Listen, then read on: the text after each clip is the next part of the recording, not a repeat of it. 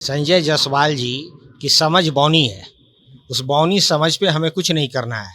2001 में बिहार पुलिस का डाटा है कि 95,000 कॉग्निजेंस ऑफेंस बिहार में हुए थे, जो कि 2021 में बढ़कर ये 2,42,000 हो गए।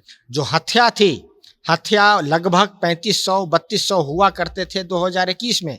आज भी हत्या का जो संख्या है 3100, 3200, 3500 आज 2021 में भी है। जब न्यू इकोनॉमिक पॉलिसी लाई गई, उन्हीं प्रदेशों में नई कंपनियां लगी जहाँ पे इंफ्रास्ट्रक्चर था, जहाँ पर कैपिटल इनकम ज़्यादा था, जहाँ पे एजुकेशन था, जहाँ पे लाइफ सिक्योरिटी थी, जहाँ पे सारी व्यवस्था थी, जहाँ पे उनको जो है सही से ऑपरेट किया जा सके।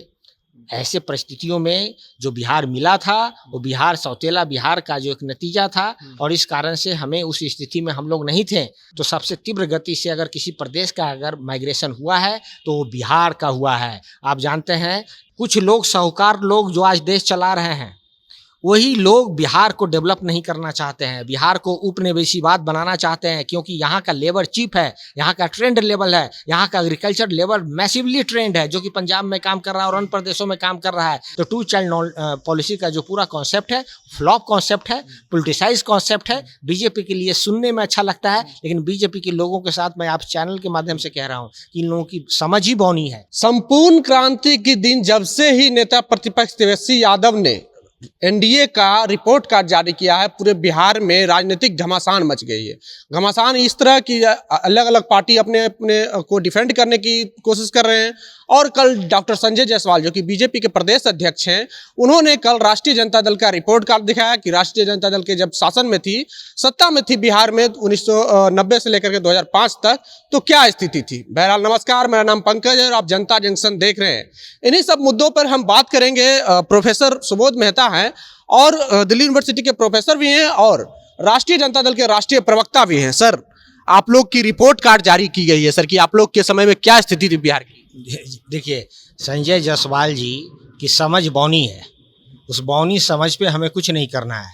जैसा कि उन्होंने कहा और कंपेयर करने की बात की, तो मैं आपको बताता हूँ, कंपैरिजन करने का जो पहला प्रिंसिपल है कंपैरेटिव पॉलिटिक्स में, वो है कंपेयर द कंपेरेबल। पहली बात। दूसरी बात यह है कि जब आप कंपेयर करते हैं तो कंपेयर आप देश से, प्रदेश से, अन्य प्रदेशों से भी आप करते हैं। इस कंटेक्स्ट में आप देखिएगा तो 2022 की सरकार जो है, 2001 की जो सरकार है, 21वीं सदी की जो सरकार है, और 21वीं सदी से पहले 20वीं सदी की अंतिम दशक की जो सरकार है, जो लालू जी और राबड़ी जी की और राष्ट्रीय जनता दल की जो सरकार थी, आप कंपेयर कर लीजिए। संजय जायसवाल जी को शायद ये नहीं पता है कि केंद्रीय एजेंसी ही नहीं, बिहार का जो अपना पुलिस का जो डाटा है, आर्काइव्स है, उसमें आर्काइव में चले जाएं, और बिहार के जो मुख्यमंत्री हैं वही बिहार के होम मंत्री भी हैं। जो बिहार के जो सो कॉल्ड तेज तरार deputy chief minister Sushil Modi हैं थे, वही फाइनेंस मिनिस्टर लगातार रहे हैं। तो बिहार को फाइनेंस के लेवल पर, बिहार को जो है क्राइम के लेवल पर, आप संजय जायसवाल जी को फिर से रिविजिट करने की आवश्यकता है। आप देखिए 2001, हम 21वीं सदी की ही बात कर ले आप, 2001 में बिहार पुलिस का डाटा है कि 95,000 कॉग्निजेंस ऑफेंस बिहार में हुए थे, जो कि 2021 में बढ़कर ये 2,42,000 हो गए। जो हत्या लगभग 3500-3200 हुआ करते थे 2021 में। आज भी हत्या का जो संख्या है 3100, 3200, 3500 आज 2021 में भी है। जिस तरीके से आप जो है महिला के सशक्तिकरण की बात करते हैं, ये महिला, आप देखिए यहाँ पे महिलाओं के साथ जिस तरीके से जिघन अपराध हुआ, उस अपराध जो है 2001 के डाटा, बिहार पुलिस का जो डाटा है 746 का है, और आज 2021 का जो डाटा है वो लगभग 1480 का है। तो आप देखिए ऑलमोस्ट डबल, ट्रिपल, 4 गुना बढ़ गया। उसके बावजूद भी संजय जायसवाल ना जाने किस मुंह से ये बातें कर रहे हैं। इसके बाद आप देखिए लगातार बिहार ह्यूमन डेवलपमेंट इंडेक्स में लगातार 36वें स्थान पर है। पहले 32वें स्थान पे हुआ करती थी 2021 से पहले। 2001 से पहले, मैं 21वीं सदी की बात बोल रहा हूँ, 20वीं सदी में 32वें स्थान पे थी, आज के दिन में 36वें स्थान पर है। जो ह्यूमन डेवलपमेंट इंडेक्स का जो यूनाइटेड नेशन का वैल्यू है वो 0.572 है। आपको जानकर आश्चर्य होगा, जो central Republic of Africa Congo जो देश है, सेंट्रल रिपब्लिकन कॉन्गो जो अफ्रीका में है, उसमें उसका वैल्यू है यहाँ पे। तो आप इसी से लगा दीजिए ह्यूमन डेवलपमेंट इंडेक्स कहाँ है आपका, ये ऐसा क्यों हो रहा है। ठीक इसी प्रकार से आप देखिए महिला सशक्तिकरण की बात करते हैं, केंद्र एजेंसियों का डाटा है कि 24वें स्थान पे बिहार है। ठीक इसी तरह के आप हेल्थ इंडेक्स का बात कर लीजिए तो बिहार में 32वां स्थान बिहार का है।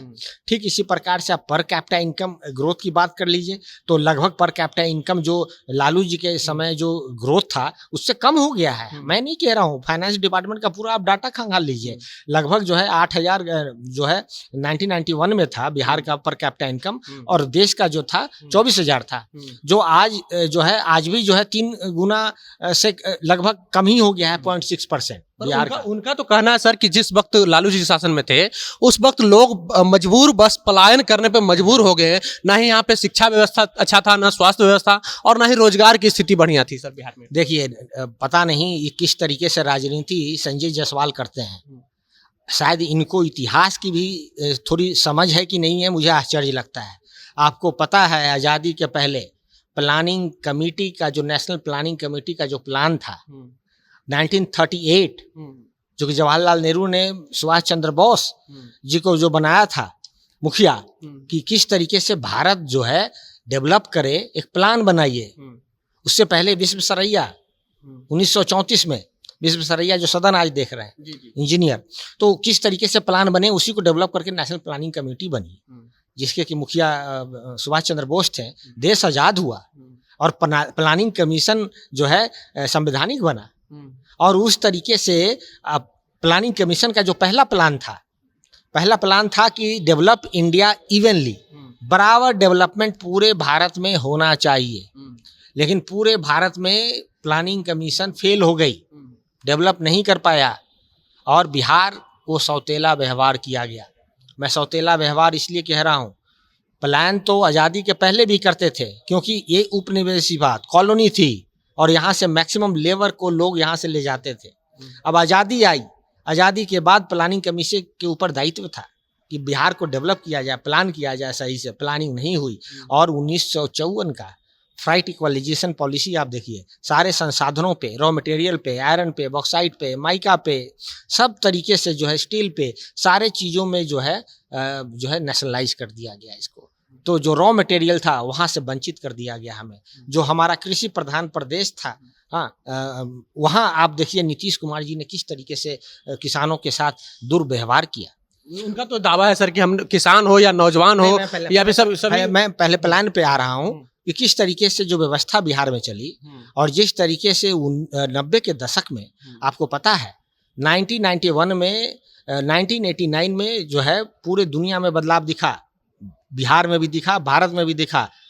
ईस्ट जर्मनी वेस्ट जर्मनी एक हो गया, शीत युद्ध खत्म हो गया 1989 के बाद, सोवियत यूनियन 15 देशों में चला गया, और जो कमांड इकोनॉमी की जो बात करते थे वो जो है जमीन में तरपरा के 15 देशों में विखंडित हो गए, आपको पता होगा। उसी प्रकार से भारत में भी जो है न्यू इकोनॉमिक पॉलिसी लाई गई, क्योंकि हमारा देश जो है ठीक स्थिति में नहीं था, बैलेंस ऑफ पेमेंट क्राइसिस था। जब न्यू इकोनॉमिक पॉलिसी 1991 में लाई गई, बिहार के मुख्यमंत्री माननीय लालू प्रसाद यादव जी थे। जब न्यू इकोनॉमिक पॉलिसी लाई गई, उन्हीं प्रदेशों में नई कंपनियां लगी जहाँ पे इंफ्रास्ट्रक्चर था, जहाँ पर कैपिटल इनकम ज़्यादा था, जहाँ पे एजुकेशन था, जहाँ पे लाइफ सिक्योरिटी थी, जहाँ पे सारी व्यवस्था थी, जहाँ पे उनको जो है सही से ऑपरेट किया जा सके।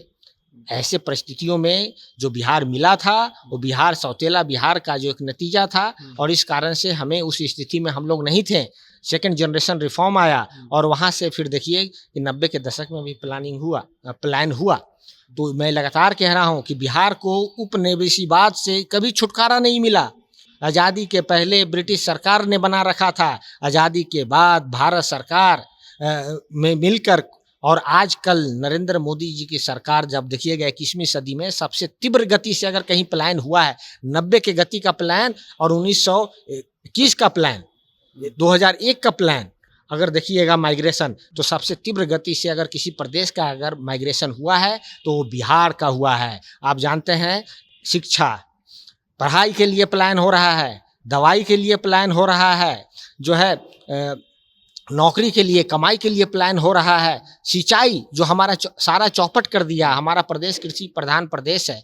2006 में एपीएमसी एक्ट लाया और जो है मंडियां खत्म कर दी गई, और मंडियां खत्म करने का आज नतीजा है कि हमारा पूरा कोसी बेल्ट, जहां से सबसे ज़्यादा प्लान होता है, जहां से सबसे शुद्ध पानी हिमालय से सप्तकोशी से आता है, और वो पानी एसेट है, उसको जो है इन लोगों ने जो है एसेट को लायबिलिटीज में बदल दिया, और उसका आज नतीजा है कि वहाँ प्लान का जो है एक गर हो गया। ठीक इसी प्रकार से जो मक्का प्रोड्यूसिंग जो रीजन है पूरे भारत में, दूसरा सबसे ज़्यादा फर्टाइल लैंड है उस तरफ, और जहाँ मक्का होता है पूरा कोसी बेल्ट में, बिहार विधानसभा में आधा सीट कोसी बेल्ट से आता है, वहाँ से सबसे ज़्यादा प्लान होता है। वहाँ प्लान क्यों होता है? वहाँ प्लान इसलिए होता है कि जो मक्का का जो आज जो फसल का जो प्रोडक्शन है, उसका जो है 50% MSP भी नहीं मिल रहा है। 800-900 रुपये किलो मक्का वहाँ बिक रहा है, और MSP लगभग 1800 रुपये MSP है। ठीक इसी प्रकार से आप देखिए कि वहाँ पे जिस तरीके से व्यवस्था की गई, मंडियों को ख़त्म कर दिया गया, और गेहूं और चावल का जो टोटल प्रोडक्शन आप ले लीजिएगा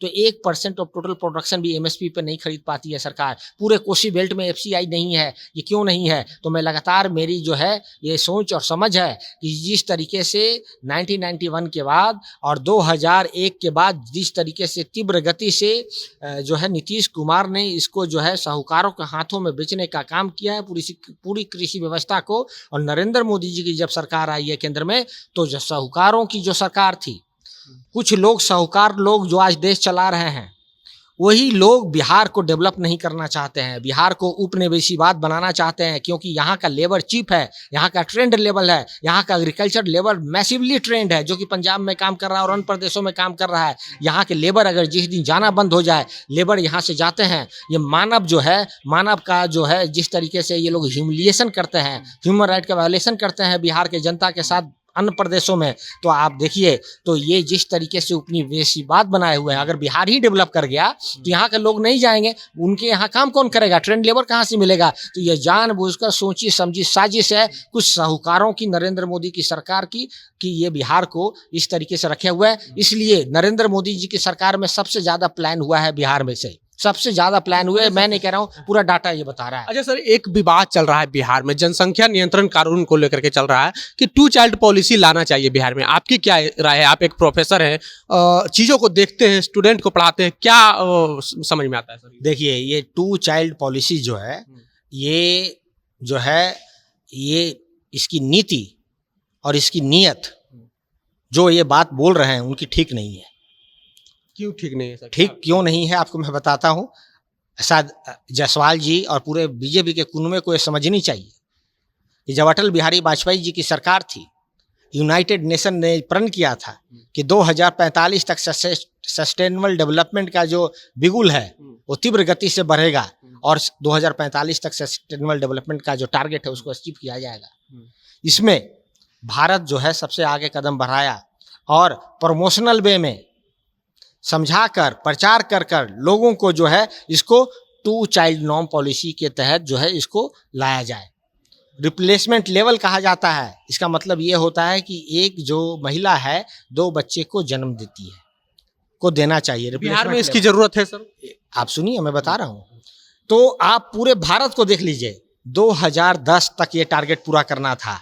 आज ये 2021 का डाटा है, नेशनल फैमिली हेल्थ सर्वे का डाटा है 5 का 2020 का।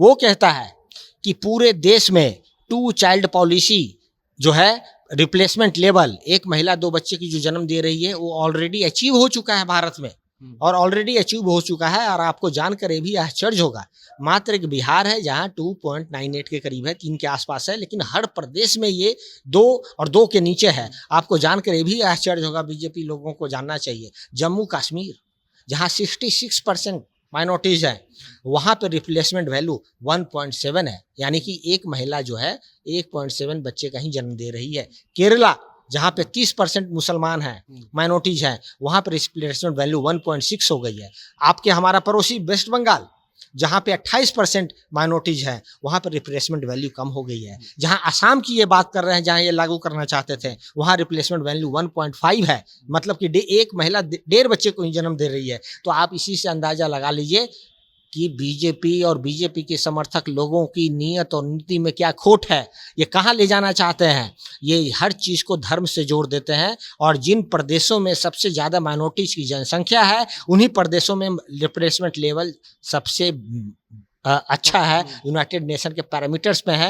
वाजपेयी जी की जो कॉन्सेप्ट था प्रमोशनल वे में उसको टारगेट करके उसको रोकना है, उसकी उसमें है, और कहीं नहीं है तो आदरणीय नीतीश कुमार जी के रीजन में भी कमा है, लेकिन उतनी नहीं कमी है। लेकिन हम ये मानते हैं कि प्रमोशनल वैल्यू के तहत जो है ह्यूमन राइट वायलेट ना कर कर रिप्रोडक्टिव सेंस ऑफ जो है रिस्पॉन्सिबिलिटी एंड जो यूनाइटेड नेशन का पूरा इस पे कॉन्सेप्ट है रिप्रोडक्शन पॉलिसी पे, उसको बिना वायलेट किए हुए प्रमोशनल वे से जो है हम इसको टैकल कर सकते हैं और हमने किया है। जिसका आपका जो हम आपको स्टेट वाइज अगर आप बोलेंगे तो मैं स्टेट वाइज जनसंख्या का आपको रिप्लेसमेंट वैल्यू बता दूंगा ये कितना है। मैं तो उन्हीं प्रदेशों का बताया हूँ जिन प्रदेश में सबसे ज़्यादा माइनॉरिटीज़ की जनसंख्या है। अन्य प्रदेशों की भी तुलना करें तो 2 से कम है रिप्लेसमेंट वैल्यू, मतलब 1 महिला 2 बच्चे से कम कर रही है। तो 2 चाइल्ड पॉलिसी का जो पूरा कॉन्सेप्ट है फ्लॉप कॉन्सेप्ट है, पोलिटिसाइज कॉन्सेप्ट है। बीजेपी के लिए सुनने में अच्छा लगता है, लेकिन बीजेपी के लोगों के साथ मैं आप चैनल के माध्यम से कह रहा हूँ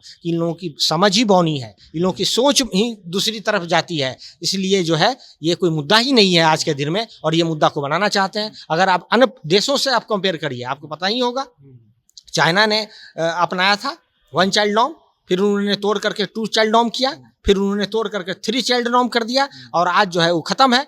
तो आप चाइना का देखिए, पूरे दुनिया में सिर्फ भारत और चाइना ही ऐसा देश है जहाँ की जो वर्ल्ड जीडीपी है, जिसका ग्रोथ उसमें शेयर बढ़ रहा है। अमेरिका पॉपुलेशन ओल्ड होता जा रहा है, ग्रोथ कम हो गया है। हाँ, तो अब ये बोला जा रहा है कि 2047 आज़ादी के 100 साल के बाद भारत नंबर 2 वर्ल्ड जीडीपी में होगा और लगभग 18% का शेयर होगा। चाइना का लगभग 23% का शेयर होगा। तो मात्र यही 2 देश हैं जो आगे बढ़ रहे हैं। चाइना के साथ अब दिक्कत हो रही है। चाइना के साथ दिक्कत ये हो रही है कि उनकी ओल्ड पॉपुलेशन अब ज़्यादा हो गए, हमारे ओल्ड पॉपुलेशन जो है कम है। 50% से ज़्यादा जो है 30 वर्ष से कम है हमारे देश में। तो हमारा तो एसेट है, और इस एसेट को जो गलती चाइना ने किया है 2 चाइल्ड नॉर्म और 1 चाइल्ड नॉर्म लाकर, हमने तो बिना गलती किए हुए उसको अचीव किया है। तो हर चीज़ यूनाइटेड नेशन का रिप्रोडक्शन जो ह्यूमन वैल्यूज़ है उसको रखते हुए हमने इस चीज़ को अचीव किया है। तो ये जो बीजेपी की जो समझ है, न देश की समझ है, न प्रदेश की समझ है, न अंतर्राष्ट्रीय लेवल पर जो है ये 2 चाइल्ड नॉर्म की इनकी समझ है। तो ये थे हमारे साथ में प्रोफेसर सुबोध कुमार मेहता, जो कि दिल्ली यूनिवर्सिटी में प्रोफेसर भी हैं और राष्ट्रीय जनता दल के राष्ट्रीय प्रवक्ता हैं। बहरहाल आपको हमारा ये बातचीत कैसा लगा, आप अपनी प्रतिक्रिया कमेंट बॉक्स में जरूर दें। अगर आप यूट्यूब चैनल पर देख रहे हैं तो चैनल को सब्सक्राइब कर लें, फेसबुक पेज पर देख रहे हैं तो पेज को लाइक कर लें। बहुत बहुत धन्यवाद।